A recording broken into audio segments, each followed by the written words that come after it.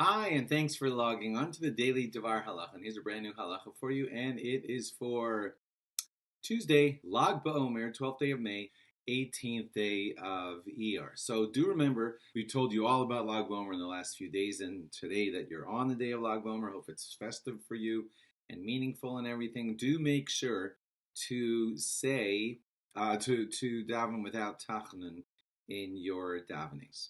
Okay, but now I'm moving on to some of our regular halachas, and here's an interesting one for you today.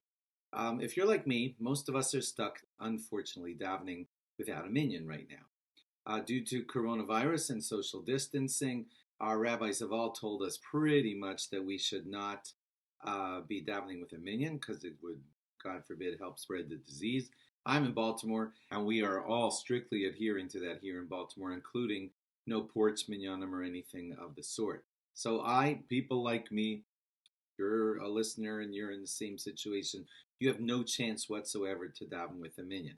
And we miss that. We miss that. Personally, if you want to know what I'm doing in the morning, I'm waking up at the crack of dawn and I'm davening all alone in my basement and making my Shemon Esrei come out exactly at Nate's, exactly when the sun comes up. That was like this morning around 5:55, I think. And that's considered in some halachic ways more powerful than davening with a minyan. So at least I'm accomplishing that. That's not what I came to tell you, though. The question came to Rav Asher Weiss, and it was this question. So if I can't get to a minyan, but there's another person in the house with me who is, I don't have to social distance from, it's the person that stays in the house with me. Should I try to daven Shemon Esrei at the same time as that person?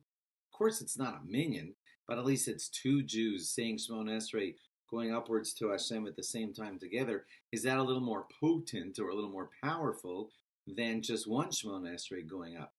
And he quotes a teshuva from a rabbi about 200 years ago who talked about something like this. It wasn't coronavirus, but he did talk about in a teshuva as to whether there is something that says that davening at least with another person at the same time of you, that has something to it. I'll show you. He based it on a proof from a Gemara in Brachos. I'm going to show you the Gemara in Brachos. Here's what it says. And Omer. If two people were coming together in a boat, manicho, and they have a dead body with them on the boat, and they want to give the body shmira. Manicho bezavizu, they should put it in this corner. Umispal in shnehem, and both of them should daven together. Bezavis sacheres in another corner. Okay. Now listen to what's going on here. There's two men. They wanted to do shmira on a body, and then it came time for Shemon Esrei. So Ben Azai tells them they should go daven together in another corner of the boat, and hopefully the body will be fine being unwatched for a few moments on the other side of the boat.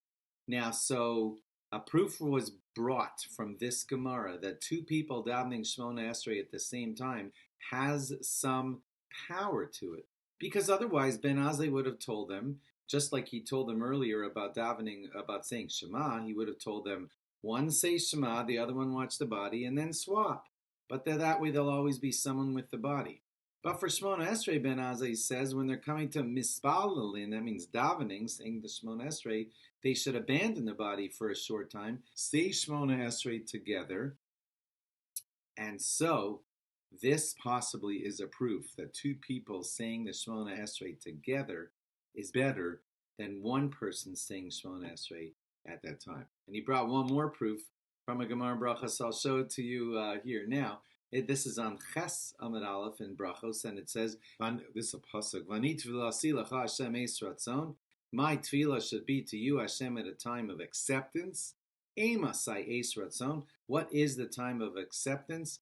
B'shah shehatzibur mispalin, at the time that the congregation is davening. That proves to us that when people are davening together, that's a more powerful time. So there is a halacha that says, like if, let's say you can't get to shul, but you know your shul is going to daven Shemon Esrei at exactly 8:12, that you should say Shemon Esrei together with them, even though you're in your house at 8:12, because at least you're at the same time as others, even though you're not part of a minyan. So he proves from this also that there is something to hooking your Shemona Esrei onto somebody else's Shemona Esrei so that it has a little more power to it. I'll show you this in print here. And watch this. Then he says at the end, this is Rav Asher Weiss, and says, Rav Asher Weiss notes with respect to his preference, there is no distinction between a man and woman, and it would be beneficial to daven at the same time as a wife or a daughter. So according to Rav Asher Weiss, it's a little bit better than saying your Shemona Esrei all alone.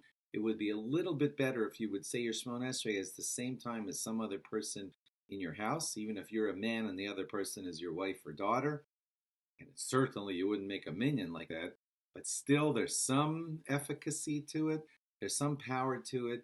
And so what you're learning today is this interesting halacha that in these coronavirus times, when we're social distancing and not doing minyanim, if there's someone else in the house with you, it's a little bit better if you say your Shemona Esrei, according to Rav Asher Weiss, a little bit better if you say your Shemona Esrei at the same time as somebody else. Okay, thanks for listening today. And and log on again tomorrow. I'm going to try and give you another fresh halacha tomorrow. Have a great day.